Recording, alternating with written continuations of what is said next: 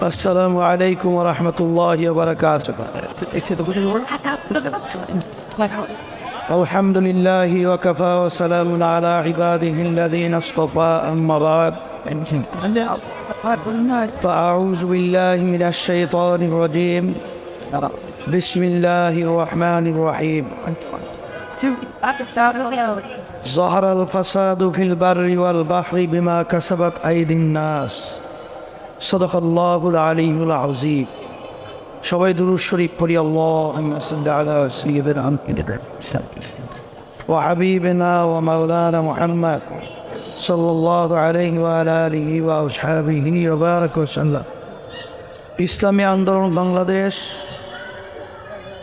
নরসিংদী পৌরসভা কর্তৃক আয়োজিত আজকের সমাবেশের সভাপতি, মঞ্চে কেন্দ্রীয় সম্মানিত প্রেসিডিয়াম সদস্য সহ দপ্তর সম্পাদক এবং জেলা বিভিন্ন পর্যায়ের দায়িত্বশীল, সামনে বিশেষ করে যারা উপস্থিত রয়েছেন, ইসলাম, দেশ, মানবতার পক্ষে যারা ভূমিকা পালন করবেন, সেই ভবিষ্যৎ কল্যাণ রাষ্ট্র প্রতিষ্ঠার মন মানসিকতা নিয়ে আমরা উপস্থিত হয়েছি। সকলকে ধন্যবাদ জানিয়ে আমার আলোচনা শুরু করছি। আলোচনা শুনতেছিলেন, আল্লাহ কবুল করলে আরও শুনব। তবে প্রথম অবস্থায় আমি আপনাদেরকে বাংলাদেশের 53 বছরের ইতিহাস, যাদের মাধ্যমে দেশ চলছিল, একবার দুইবার নয়, এই ছোট্ট একটা সুন্দর বাংলাদেশ, এদের পরিচালনায় একবার নয় 5 বার 4 বার বিভিন্ন পর্যায়ে চুরির দিক থেকে, দুর্নীতির দিক থেকে ফার্স্ট হয়েছে। এই বাংলাদেশের ইতিহাস,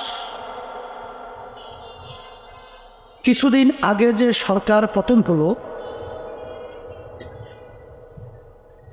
আমরা বলেছি বিভিন্ন সময়, আজকেও বলছি যে 5ই আগস্ট আমরা আবার স্বাধীনতা পেয়েছি। অনেকে প্রশ্ন করতে পারে, হুজুর আবার স্বাধীনতা পেলাম মানে 53 বছর আগে তো স্বাধীনতা বাংলাদেশ আমরা পেয়েছি, আবার নতুন স্বাধীনতা কেন? আমরা বলতাম বাংলাদেশ স্বাধীন, কিন্তু আসলে মূলত আমরা ছিলাম পরাধীন। ওই আলোচনা লম্বা আমি বেশি না করে এখন আপনাদের সামনে যে আয়াত শরীফে আমি তেলাওয়াত করেছি, প্রথম আয়াতের ভিতর আল্লাহ রাব্বুল আলামিন বলেছেন, স্থানীয় ভাগে এবং পানীয় ভাগে যত বিপদ আপদ মুসিবত তোমাদের হাতের কামাই। 53 বছর বাংলাদেশের স্বাধীনতার ইতিহাসে বারবার আমরা যাদেরকে সমর্থন দিয়ে ক্ষমতায় পাঠিয়েছিলাম, আমরা তাদের থেকে যা চেয়েছিলাম আসলে বাস্তবে তা আমরা পাই নাই। বরঞ্চ আমরা যা পেয়েছি, যেটা ইতিহাস তামাম দুনিয়ার মধ্যে কলঙ্ক হিসেবেই আমরা পেয়েছি। এর পরিবর্তন আমাদের কি করতে হবে? কারণ আল্লাহ রাব্বুল আলামিন অন্য আয়াতে বলেছেন, যে জাতির নিজেদের ভাগ্যের পরিবর্তন তারা না ঘটায়, ওই জাতির ভাগ্যের পরিবর্তন আমি ঘটাই না। সেই হিসাবে আমি বলবো, দুনিয়াতে শান্তি, আখেরাতে মুক্তি, তার একমাত্র নীতি আদর্শ গ্রান্টি হলো ইসলাম। অনেক মুসলমান আমার ভাইয়েরা আছে, আমার মা বোনেরা আছে, ইসলামের কথাটা শুনলে তাদের কাছে ভালো লাগে না। ইসলাম একটা আরবি শব্দ, বাংলা অর্থ হলো শান্তি। এইটা শুনলে আমাদের কাছে ভালো না লাগার কারণ কি? আসলে বাস্তবতা হলো এই, গ্রাম্য একটা প্রবাদ বাক্য আছে, চুন খাওয়ার পরে যদি মুখ পুড়ে যায়, দধি দেখলেও ভয় পায়। ইসলাম আসলে মানুষের শান্তির জন্যে। ইসলাম শুনলে মানুষ ভয় পাবে কেন? আসলে বাস্তবতা হলো এই যে কিছুদিন আগে যে সরকার পতন হলো, দিনকে রাত্র বানিয়ে রাত্রকে দিন বানিয়ে মিথ্যার উপরে এমনভাবে প্রচার করতে মনে হয় যে এইটাই সত্য।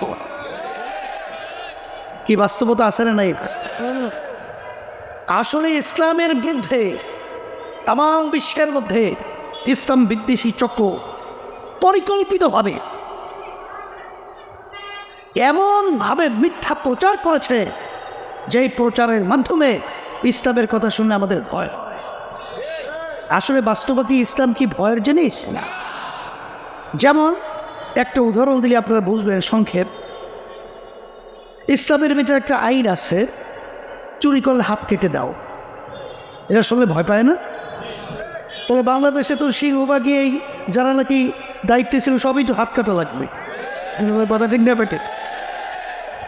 আসলে বাস্তবতা হলো ইসলাম সব চোরের হাত কাটার নির্দেশ কিন্তু দেয় নাই। চোর দুই প্রকার, একটা অভাবী চোর আর একটা স্বভাবী চোর। অভাবী চোর কাকে বলে? পেটের ক্ষুধায় মরণাপন্ন, উপায় নাই, তখন সে অনুপায় হইয়া চুরি করছে, এইটা হইল অভাবী চোর। আর একটা লোক তার কোনো অভাব নাই, সে চুরি করছে, এইটার নাম কি? স্বভাবী চোর।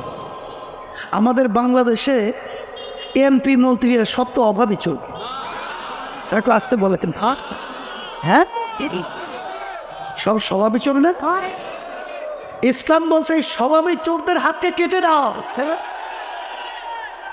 যদি এইভাবে এই স্বভাবী চোরদের একটা হাত কাটা হতো, বাংলাদেশের টাকা বিদেশে পাচার হতে। এটা কি ভালো না খারাপ? আমি অন্য আর বেশি উদাহরণ দেব না। ইসলামে এমন এক নীতি আদর্শের নাম। স্বাধীনতা তিনটা স্লোগানের মাধ্যমে হয়েছিল: সাম্য, সামাজিক মানবিক মর্যাদা এবং ন্যায় বিচার প্রতিষ্ঠা। কথা ঠিক না? কিন্তু আসলে বাস্তবতা হলো একমাত্র এই তিনটা বাস্তবায়ন এই নীতি আদর্শের মাধ্যমে সম্ভব, অন্য কোনো নীতি আদর্শের মাধ্যমে সম্ভব না। সাম্য কাকে বলে? মানবতা কাকে বলে? ওমর ফারুক রাদিয়াল্লাহু তাআলা আনহু অর্ধেক দুনিয়া রাজত্ব করেছিলেন। বাংলাদেশের মতো প্রায় 200 দেশের রাজা। তিনি জেরুজালেম রওনা করছেন। তিনি উটের পিঠে বসা, গোলাপ উটের রশি টানতেছে। কিছুক্ষণ পর আমির বলছেন, তুমি এখন উটের পিঠে উঠবে, আমি উটের রশি টানব। অর্ধেক দুনিয়ার রাজা, তিনি চিন্তা করছেন আমিও মানুষ, গোলাম যে রশি টানে সেও তো মানুষ। সে রোদ্রের ভিতরে পুরে চামড়া কালো হবে, আর আমি ছায়ার ভিতরে থাকবো, সেটা হয় না। পালাক্রমে রশি টানে উটের ফিটে থাকে। জেরুজালেম পৌঁছলেন, তখন রশি টানার পালা পড়ছিল আমিরুল মুমিনিন ওমর ফারুক রাদিয়াল্লাহু তাআলা। লোকজন অভ্যর্থনার জন্য যখন উটের কাছে গেলেন, উট থেকে গোলাপ বলতেছে, আমি উটের রশি টানতেছি। এর নাম হলো সাম্য, এর নাম হলো মানবতা, এর নাম হলো ন্যায় বিচার প্রতিষ্ঠা। এই জন্য বাংলাদেশে 92% মতো মুসলমান বসবাস করে। মুসলমান যদি ইসলামী নীতি আদর্শ পছন্দ না করে, তাহলে সেই মুসলমান দাবি করতে পারে? এটা জোরে পারেন, পারে? এই জন্য আমার আব্বাজার একটা কথা বলতেন, যে ইঞ্জিনিয়ার তৈরি করে, সেই ইঞ্জিন সম্পর্কে ইঞ্জিনিয়ার ভালো জানে। কোন পাইপে মোবিল ঢুকাতে হবে, তৈল ঢুকাতে হবে। কেউ যদি মোবিলের পাইপে তৈল ঢুকায়, ইঞ্জিন বাস্ট। মানুষ কে সৃষ্টি করেছেন? কোন নীতি আদর্শ চললে মানুষ ভালো থাকবে, দুনিয়াতে আখিরাতে মুক্তি পাবে, কে ভালো জানে? এই জন্য আমার ভাইদেরকে বলবো যে শোনেন, অন্য দল এবং ইসলামী দল এবং ইসলামের ভিতরে পার্থক্যটা কি? 5ই আগস্ট অভ্যুত্থানের মাধ্যমে শেখ হাসিনা যখন পালালো, তখন আপনারা দেখছেন যে এক শ্রেণীর তারা কিন্তু মানুষের সম্পদ লুট করা শুরু করেছে, চাঁদাবাজি শুরু করেছে, জায়গা দখল করা শুরু করেছে। আর ওই অবস্থায় ইসলামী আন্দোলন বাংলাদেশ, তার সহযোগী সংগঠন, তারা সংখ্যালঘুদের এই মন্দির পাহারায় লিপ্ত আছে। এই বিজাতিদের গির্জা সহ তাদের জানমাল হেফাজতের দায়িত্বে নিয়োজিত আছে। রাস্তার ভিতরে মানুষের যানজট কষ্ট লাগাবার জন্যে তারা ট্রাফিকের সিগন্যালের দায়িত্ব পালন করছে। এই হলো পার্থক্য। এই জন্য আমার ভাইদেরকে বলবো, আল্লাহ যেন আমাকে ইসলামী নীতি আদর্শের উপরে তাই বলতেছি যে এখানে আল্লাহর খাস ব্যাপারে আল্লাহ যেন এই নীতি আদর্শের উপরে রাখে।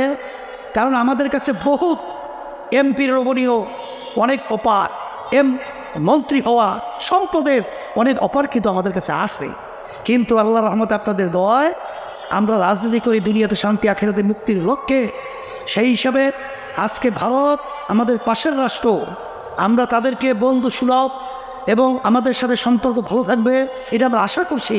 কিন্তু তাদের আচরণ 53 বছর স্বাধীনতার বয়সে কখনোই আমাদের স্বার্থ তারা দেখে নাই, তাদের স্বার্থই তারা সবসময় দেখে। আজকে পানি ছেড়ে দিয়ে আন্তর্জাতিক আইন লঙ্ঘন করে আজকে বাংলাদেশকে জেলাগুলো এরকম ডুবিয়ে আমার ভাইদেরকে মা বোনদেরকে, আমি যখন কয়েকদিন আগে গেলাম সেখানে একটা অবস্থান আমাকে দেখাইতেছিল একজনে, যে একটা বাচ্চা সেখানে পাতিলের ভিতরে রাখা, বাচ্চার বাপ মা সব মারা গেছে, শুধু বাচ্চাটাই বেঁচে আছে। এটা কি আমাদের সঙ্গে বন্ধু সুলভ আচরণ? এটা কি বন্ধু সুলভ আচরণ? আমরা ভারতকে বলবো যে আজকে আমাদের উপরে যে নির্যাতন চালিয়েছেন, আমরা আপনাদের উপরে ওই ধরনের বলতে চাই না, কিন্তু বাংলাদেশের মানুষ সাজা তুলেছেন,